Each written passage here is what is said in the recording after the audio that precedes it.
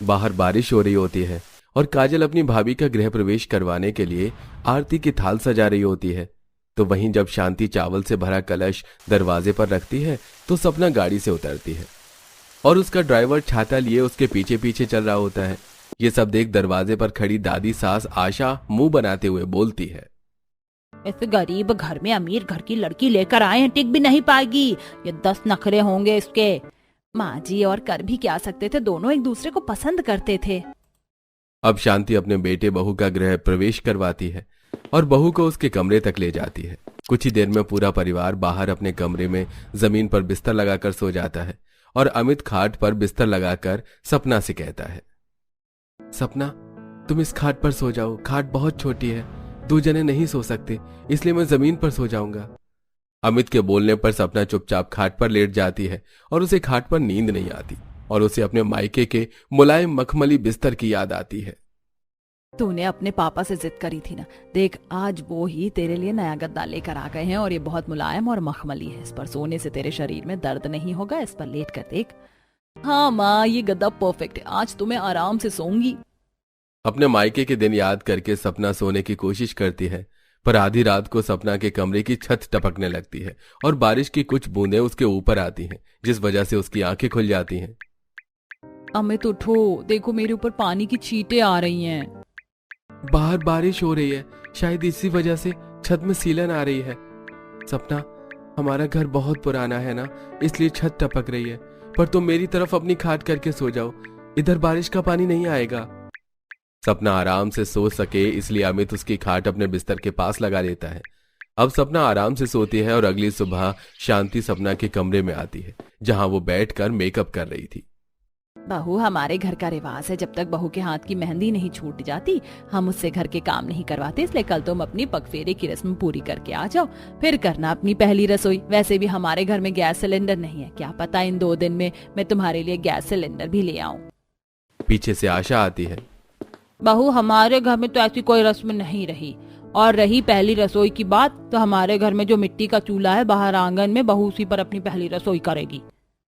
आशा की बातें सुनकर सपना को काफी बुरा लगता है। अगले दिन सपना अमित के साथ अपने मायके जाती है, जहां उसकी माँ अपने कमरे में बैठाकर उसके ससुराल के बारे में पूछती है। मेरी बेटी कितने नाजों से पली बढ़ी और ऐसे गरीब घर में शादी कर ली।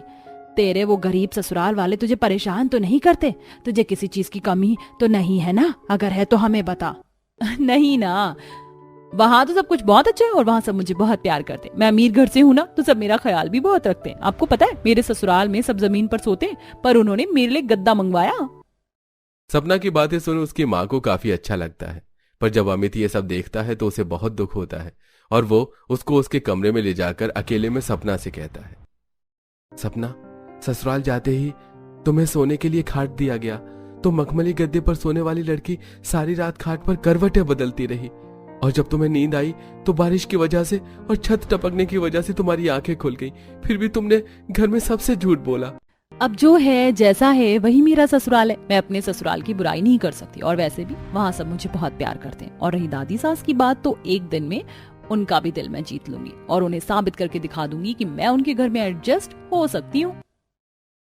कुछ ही देर में सपना अपने पति के साथ पगफेरे की रस्म करके अपने ससुराल जाती है, जहां कुछ दिनों बाद उसकी पहली रसोई होती है और काजल अपनी भाभी को आंगन में ले आती है, जहां जमीन पर मिट्टी का चूल्हा बना होता है और सिर के ऊपर तिरपाल लगा होता है और खाना बनाने का सारा सामान और सूखी लकड़ियां दीवार के एक साइड लगी होती हैं।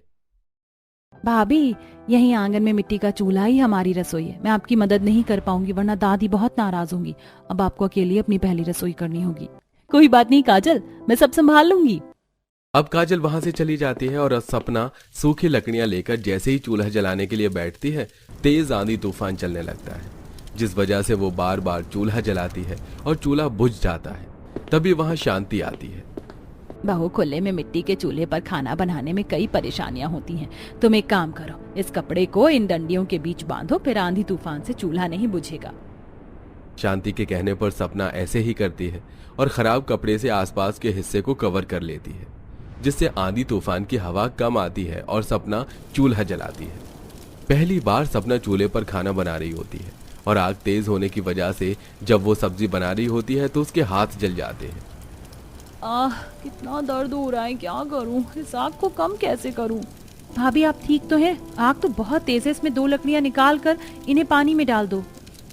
काजल के कहने पर सपना चूल्हे से 2 जलती हुई लकड़ियां निकालकर पानी में डाल देती है और एक बार फिर खाना बनाने लगती है।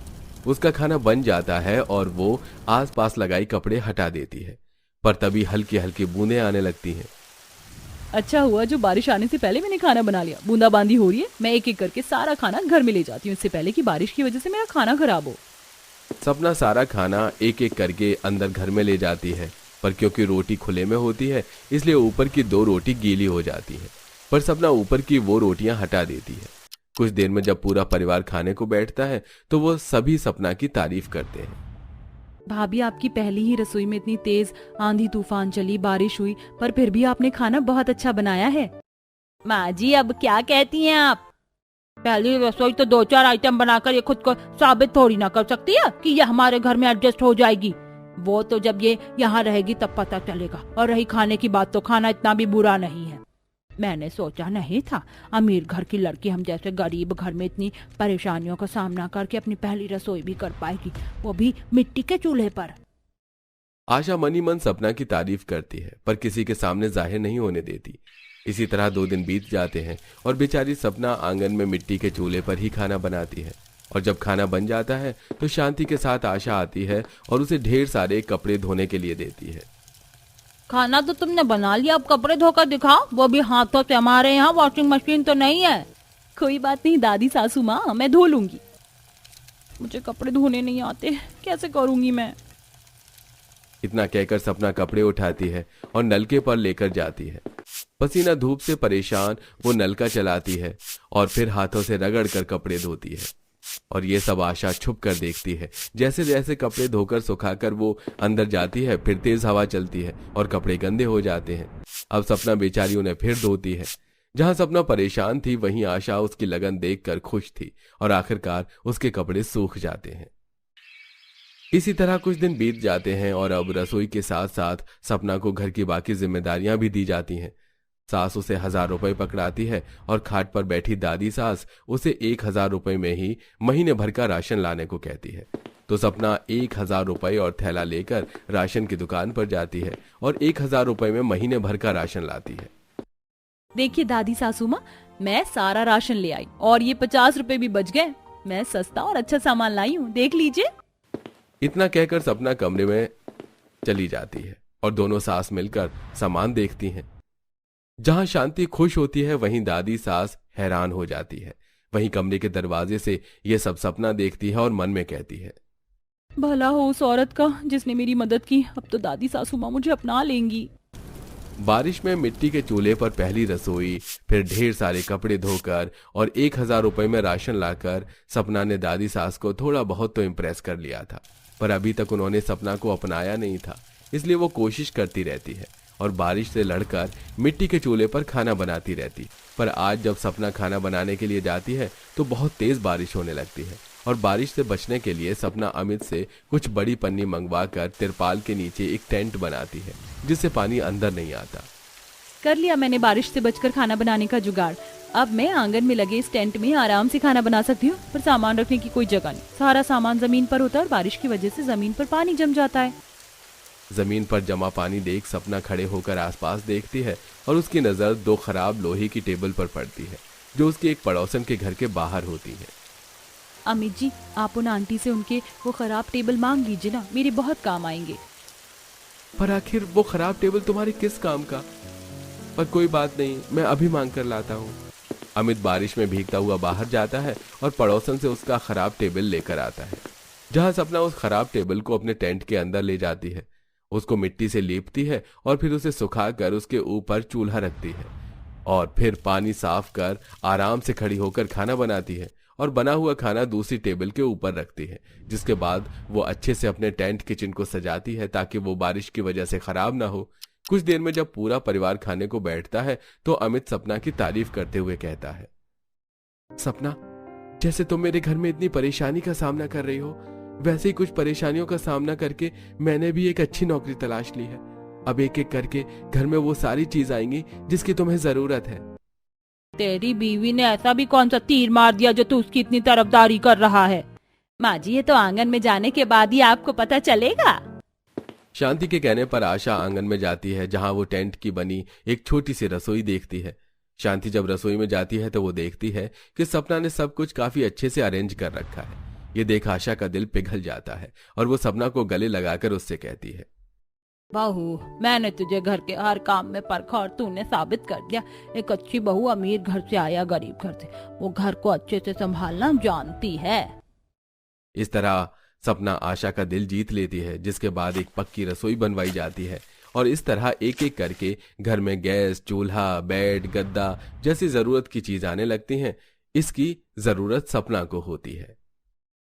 अमीर रवि अपने परिवार के साथ घर के बाहर खड़े होकर बारिश से घर को बचाने के लिए पन्नी से घर कवर करवा रहा होता है, तो वहीं गरीब अंजलि किसी काम की वजह से घर से बाहर आती है, जिसे देख आरती उससे कहती है, बहुत जल्द बारिश का महीना शुरू हो जाएगा। हमने तो अपने घर को कवर करवा दिया, तुम भी अपने घर की मरम्मत करवा लो, वरना पिछली बार की तरह परेशान हो जाओगे। ठीक है। इतना बोल अंजलि घर में चली जाती है। अमीर परिवार एक बार फिर अपने काम में बिजी हो जाते हैं।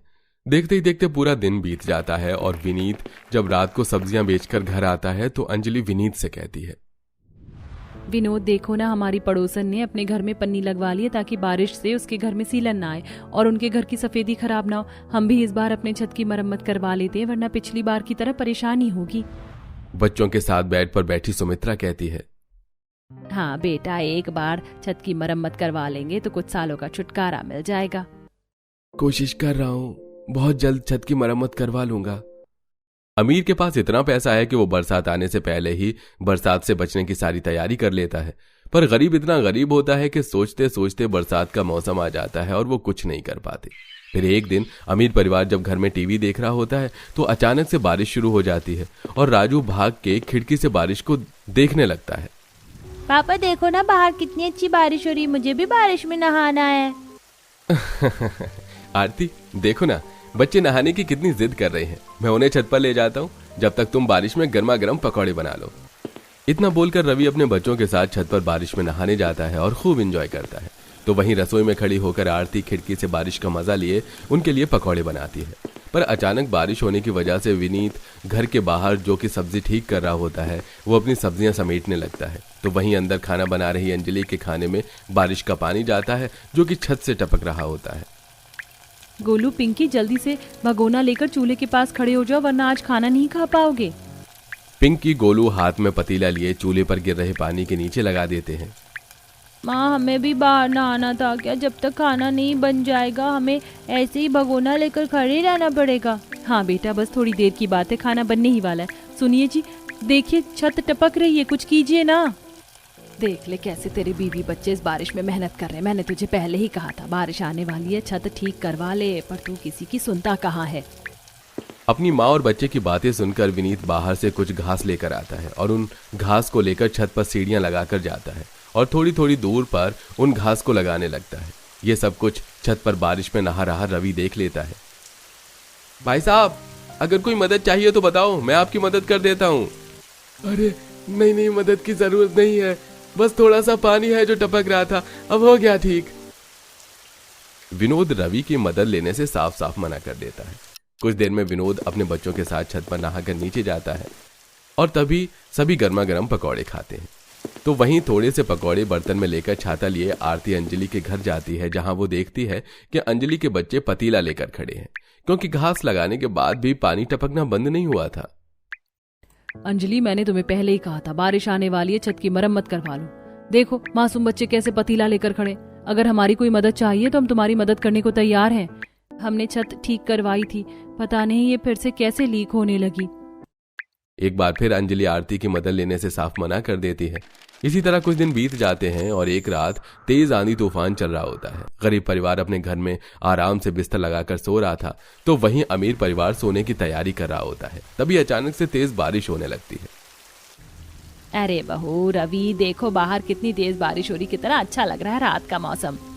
सुनिए जी, बच्चे तो सो गए हैं, मैं अभी गर्मा गर्म चाय बना कर लाती हूँ और कुछ देर हम पकौड़े के साथ बारिश के मजे लेते हैं। इतना बोलकर आरती रसोई में जाती है और चाय पकौड़े बनाने लगती है। तो वहीं गरीब परिवार जब सो रहा होता है तो सुमित्रा के शरीर पर कुछ बूंदें टपकती हैं और उसकी आंख खुल जाती है। तो वो देखती है कि उसके घर की छत टपक रही है। विनीत, अंजलि बहू, ये देखो अब हमारे घर की छत फिर से टपक रही है। माँ, इतनी जल्दी सुबह हो गई क्या जो तुम हम पर पानी डालकर हमें उठा रही हो? नहीं बच्चों, मैंने तुम पर पानी नहीं डाला, बल्कि हमारी कच्ची छत टूट गई है और अब पूरा छत टपक रहा है। बेटा, अब तो तुझे कुछ करना ही पड़ेगा। छत टपकने की वजह से पूरा परिवार सारी रात सो नहीं पाता और वो लोग जगह जगह बाल्टी और पतीला लगाकर बैठकर रात गुजारते हैं। बच्चे जैसे तैसे बेड पर सिकुड़ कर लेट जाते हैं, तो वहीं अमीर परिवार सारी रात बालकनी के पास बैठकर बारिश एंजॉय करते हैं। इस तरह कुछ दिन बीत जाते हैं। क्योंकि बारिश का मौसम था, इसलिए किसी भी वक्त बारिश हो जाती, जिस वजह से रोड्स पर पानी जमा रहने लगता है। ऐसे ही एक दिन, माँ, मैं सब्जी लेकर जा रहा हूँ बेचने बाजार में पानी भरा है, इसलिए बाजार नहीं लग रहा, अब फेरी ही करनी पड़ेगी। आप ये पन्नी ले लीजिए, बारिश होगी तो सब्जियों को ढक देना वरना नुकसान हो जाएगा। विनीत पन्नी लेकर फेरी करने के लिए चला जाता है। देखते ही देखते शाम हो जाती है और जब वो शाम को घर आने लगता है तो अचानक से बारिश होने लगती है, जिस वजह से विनीत सब्जियों पर पन्नी डालकर एक साइड में सब्जी का ठेला लेकर खड़ा हो जाता है और खुद के सिर पर भी पन्नी लगा लेता है। तभी पास से बारिश में गुजर रही रवि की कार उसके पास रुकती है। वो विनीत को बारिश में खड़ा देख उससे कहता है, विनीत, बहुत तेज बारिश हो रही है, तुम मेरा छाता ले लो या फिर मेरे साथ घर चलो। नहीं, मैं ठीक हूँ, और वैसे भी मुझे सब्जी लेकर घर जाना है। अगर आपके साथ गया तो सब्जी कौन लेकर आएगा? एक बार फिर विनीत रवि की मदद लेने से मना कर देता है। रवि के पास खुद की गाड़ी थी, इसलिए वो तेज बारिश में भी आराम से घर पहुंचता है। तो वहीं कुछ देर विनीत बारिश रुकने का इंतजार करता है। जैसे ही बारिश रुकती है, वो रोड पर भरे पानी में अपना सब्जी का ठेला लेकर घर आता है। समय गुजरता है और एक दिन वो बड़ी सी पन्नी लेकर घर जाता है। क्योंकि उस दिन बारिश नहीं हो रही थी, तो वो अपनी बीवी के साथ मिलकर अपनी छत पर पन्नी लगाता है।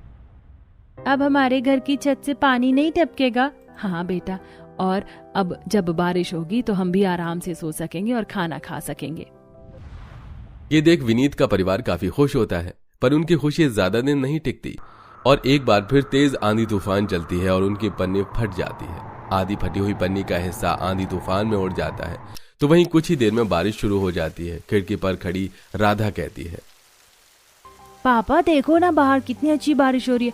आज कुछ बाहर से खाना मंगवा कर खाएं क्या? हाँ रवि, आज कुछ बाहर से मंगवा लेते हैं। बेचारी बहू इस बारिश के मजे नहीं ले पाती, वो बेचारी खाना बनाने में ही लगी रह जाती है। आज बहू भी हमारे साथ बैठकर खाना एंजॉय कर लेगी। अपने माँ और बच्चों के कहने पर रवि आज खाना बाहर से ऑर्डर करता है। तो वहीं तेज बारिश होने की वजह से न सिर्फ घर में सीलन और छत टपकती है, बल्कि आज विनीत के घर में रोड का पानी भी आने लगता है। अब हम क्या करें? इस बारिश में कैसे अपने दिन काटें? अरे भैया, तुम तो पूरे गीले हो गए। बारिश रुक जाती तब खाना लेकर जा जाते। सर, सब आप जैसे अच्छे नहीं होते, और अगर मैं बारिश रुकने का इंतजार करूंगा तो अपना घर कैसे चलाऊंगा? डिलीवरी करके ही तो मेरा घर चल पा रहा है। मेरी अगली डिलीवरी भी है, अब जल्दी से खाना ले लीजिए। डिलीवरी बॉय खाना देकर बारिश में भीगते हुए वहां से चला जाता है और तभी रवि की नजर गरीब विनीत के घर पर पड़ती है। उनके घर में पानी जाता देख विनीत अपने पूरे परिवार के साथ हाथ में छाता लिए उनके घर आता है, जहां पूरा परिवार घर से पानी निकाल रहा था। अंजलि, हम पड़ोसी हैं, पता नहीं तुम हमारी मदद क्यों नहीं लेती। बेचारे बच्चे छुट्टी और बारिश का मजा लेने के बदले बारिश के कहर को सह रहे हैं।